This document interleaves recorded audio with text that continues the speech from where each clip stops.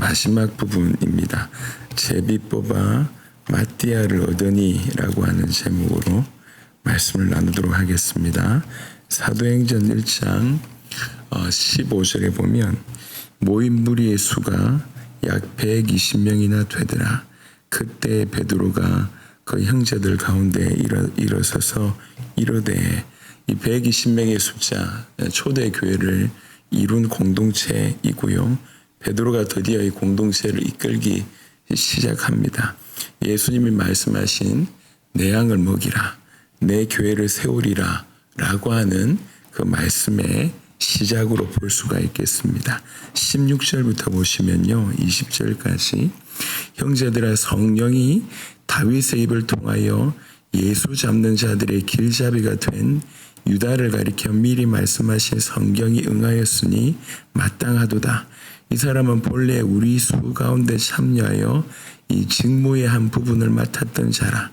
이 사람이 불의의 싹으로 밭을 사고 후에 몸이 곤두박질하여 배가 터져 창자가 다 흘러나온지라.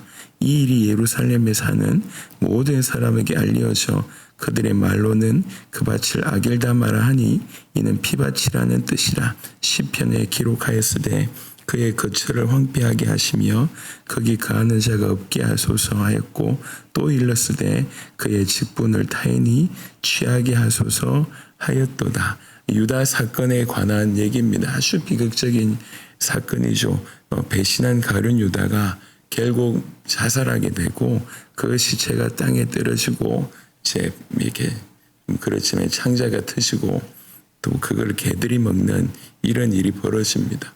분명히 이 사건은 인간의 불신앙이고 하나님에 대한 배반입니다. 그런데 유다의 배신조차도 하나님의 큰 구속 역사 안에서 일어난 일이라고 성경을 들어서 해석하고 있습니다. 하나님은 인간의 죄와 실패 속에서도 결국 자신의 계획을 이루어 가시는 분이십니다. 우리 또한 마찬가지입니다. 우리가 신앙생활을 하는 중에 100% 성경 말씀, 우리에게 주신 성령의 그 은혜대로 사는 그런 부분들도 있지만 그렇지 못한 요소들도 사실은 너무나 많습니다. 하지만 그 모든 것조차도 하나님의 구원 역사, 하나님의 계획을 이루는 한 부분으로 하나님이 사용하십니다. 그 우리의 잘못이 잘했다는 얘기가 아니고 그 모든 우리의 잘못조차도 하나님이 당신의 계획을 이루시는데 사용하신다, 이런 뜻입니다. 그리고 이 모든 것들을 성경을 통해서 지금 해석하고 있습니다. 시편 69편 25절에 그 거처를 황폐하게 하소서, 시편 109편 8절에 그의 직분을 타인이 취하게 하소서. 이 성경을 통해서 해석할 뿐만 아니라 성경을 통해서 그러면 이것들을 통해서 뭘 해야 되냐, 어떻게 해야 되냐라고 하는 얘기를 하나님의 말씀을 통해서 해석하고 인도를 받는 겁니다. 여러분, 어떻게 보면 굉장히 따로 떨어져 있는 구절이에요. 멀리 떨어져 있는 구절들을 베드로가 성령의 충만함으로 말미암아 가룟 유다의 사건도 해석할 뿐만 아니라 가룟 유다의 사건 이후에 우리는 뭘 해야 되는가를 보았다는 것이죠. 여러분, 이것이 진정한 성령의 인도입니다. 우리가 이제 무슨 일을 하든지 특별히 중요한 일일수록 하나님이 우리에게 말씀을 달라고, 말씀으로 우리를 인도해 달라고 얘기했던 것들이 바로 이런 모습입니다. 뭘 해야 됩니까? 어떻게 해야 됩니까? 이 사건은 어떤 의미가 있습니까? 그래서 모든 부분에 하나님의 말씀을 기준 삼고 말씀으로 인도받는 것. 여러분, 하나님은 우리와 교제하실 때 우리 양심의 말씀, 은혜를 주시기도 하고 깨닫기도 하십니다. 하지만 하나님이 우리와 교제하는 최고의 방법은 말씀을 통했습니다. 하나님은 우리에게 말씀을 주세요. 그리고 우리가 그 말씀의 조명을 받고 그 말씀을 통해서 해석하고 그 말씀의 인도를 받는 것이, 이게 다른 얘기입니다. 어제 우리 송준기 목사님이라고 한 분이 갑자기 연락이 와서 1월 달부터 만나고 싶었는데 제가 해외를 자주 가니까 이제 언제 시간 나는지를 잘 모르고 있다가 제가 한국에 있다는 걸 알고 연락이 와서 이제 한 한 대여섯 시간 정도 교제를 나누었습니다. 참 귀한 시간이었어요.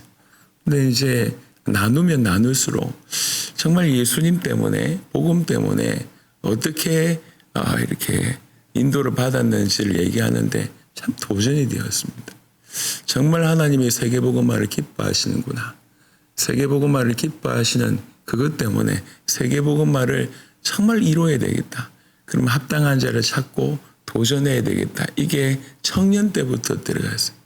그게 뭐 짧게 얘기하더라고. 자기는 친구를 사귀지 않았대요.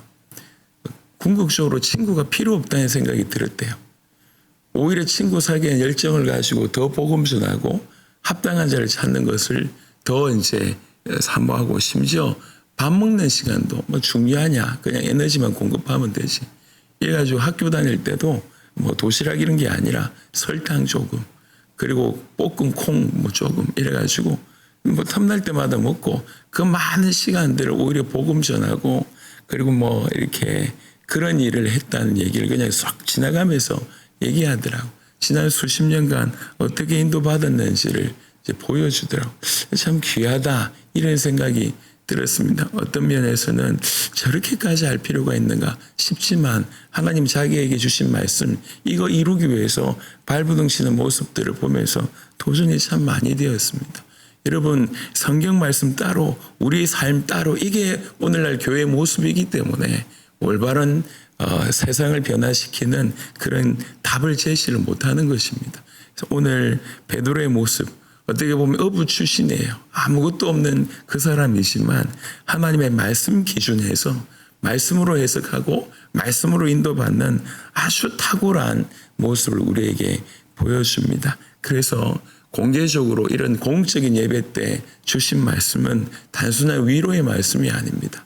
우리 마음을 평안하게 해주시는 그 정도의 말씀이 아닙니다. 사실 이 말씀은 우리의 삶을 해석하고, 이 말씀은 우리를 인도하고, 이 말씀을 통해서 우리와 교제하고자 하는 하나님의 굉장한 비밀이 있다는 것입니다. 그래서 말씀을 통해서 인도받는 저와 여러분 되시기를 그리스도 예수 이름으로 축원합니다. 그래서 이제 가룟 유다를 해석하고 난 이후에 이 성경 구절을 깨닫고, 그럼 우리가 어떻게 해야 되겠냐? 그 직분을 타인이 취하게 하소서라고 얘기했다. 21절에 이러함으로 요한의 세례로부터 우리 가운데서 올려져 가신 날까지 주 예수께서 우리 가운데 출입하실 때에 항상 우리와 함께 다니던 사람 중에 하나를 세워 우리와 더불어 예수께서 부활하심을 정언할 사람이 되게 하여야 하리라 하거늘. 그래서 그 직분을 취할 다른 사람을 세우는 것이 맞다. 이게 성경적이다. 성경이 그걸 얘기하고 있고 지금이 바로 그 시간이다 라고 얘기하면서 사도 한 명을 세울 것을 얘기합니다. 그 사도의 자격은 예수님의 공생애를 함께 한 사람, 예수님의 공생애를 직접 목격한 사람, 그리고 결정적으로 예수님이 부활하셨다고 한 것을 증언할 사람, 그걸 세워야 된다라고 제안합니다. 이 말에 그들이 두 사람을 내세우니 하나는 바사바라고도 하고 별명은 유수도라고도 하는 요셉이요, 하나는 마띠아라. 그들이 기도하여 이르되 무사람의 마음을 아시는 주여, 이 두 사람 중에 누가 주님께서 택하신 바 되어 봉사와 및 사도의 직무를 대신할 자인지를 보이시옵소서.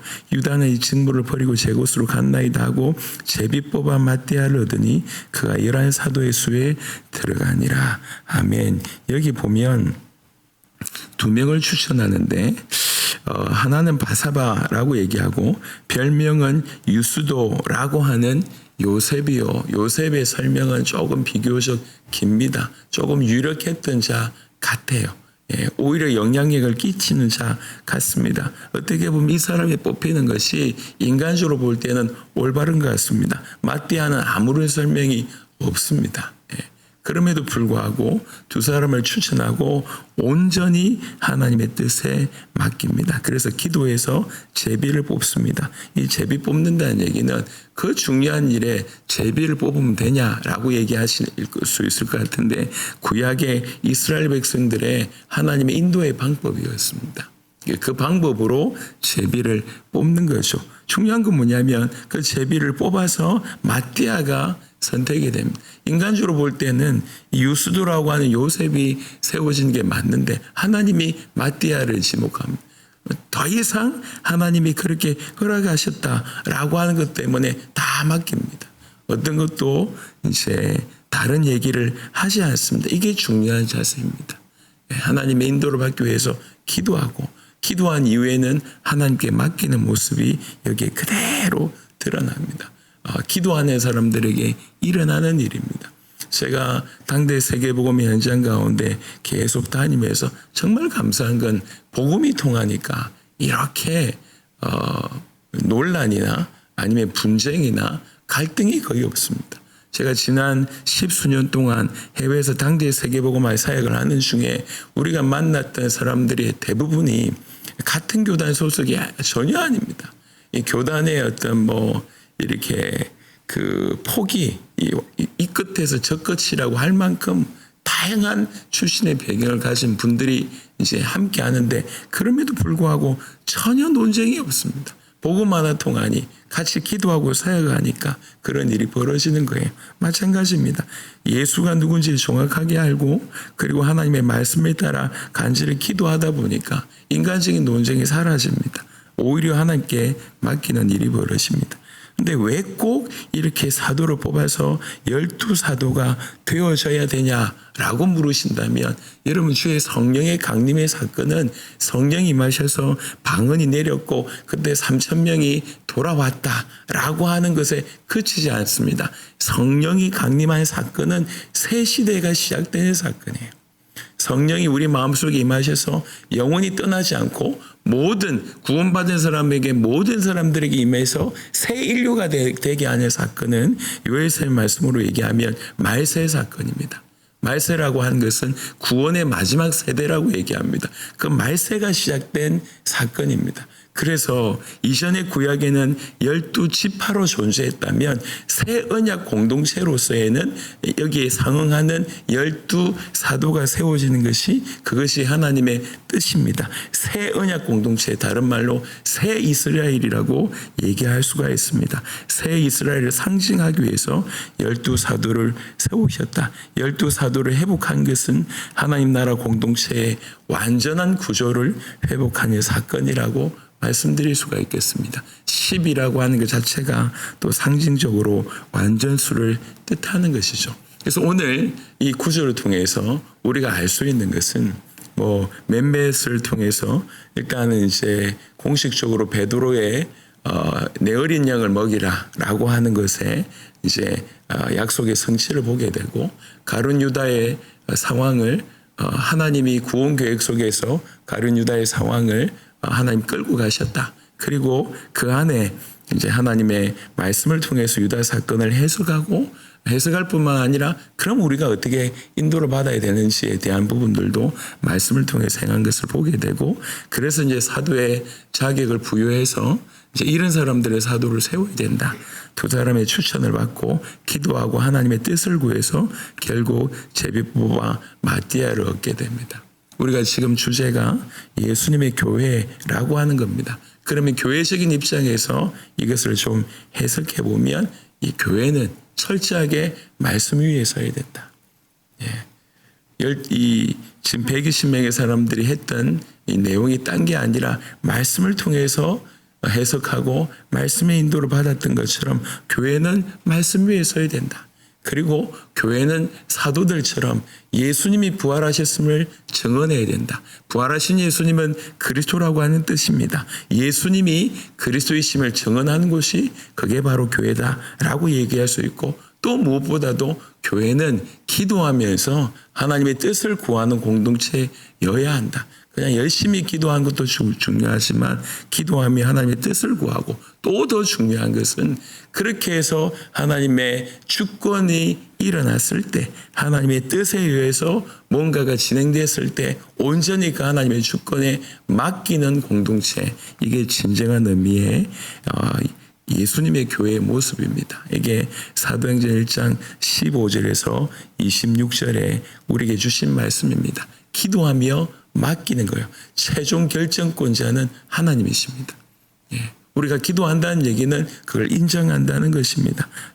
모든 것을 기도하고 맡기는 공동체, 그게 교회입니다. 오늘 교회로 존재하는 우리 또한 우리 인생도 마찬가지입니다. 우리 인생도 가장 중요한 것은 하나님 말씀 위에 세우셔야 된다.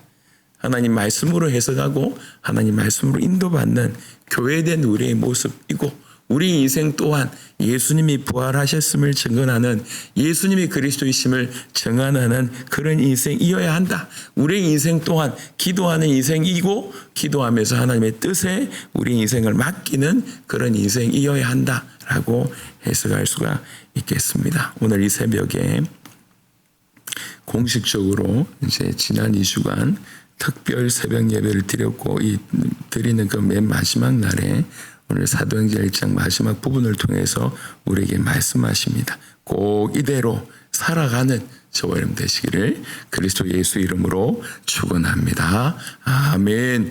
하나님 감사합니다.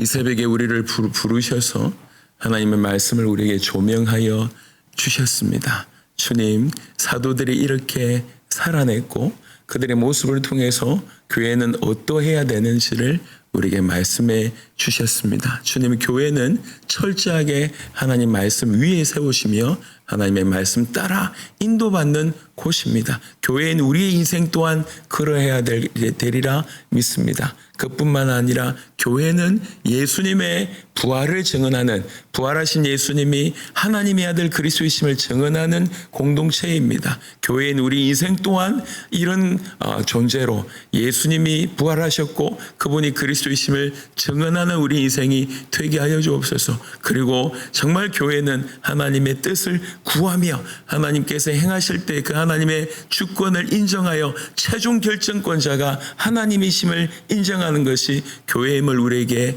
알려주셨습니다. 주여, 우리 인생도 그런 인생이 되게 하여 주시옵소서. 기도하며 하나님의 뜻을 묻게 하시고, 그리고 하나님께서 행하셨을 때 최종 결정권자가 하나님을 고백하며 주권을 하나님께 돌려드리는 우리가 되도록 하나님 역사하여 주시옵소서. 주여, 오늘 이 새벽에도 우리에게 말씀하셨사오니 이 말씀 붙들고 기도하기를 원합니다. 하나하나 말씀을 곱씹으면서 말씀대로 우리가 살아내기를 결단하는 오늘 이 새벽이 될 수 있도록 하나님 역사하여 주옵소서.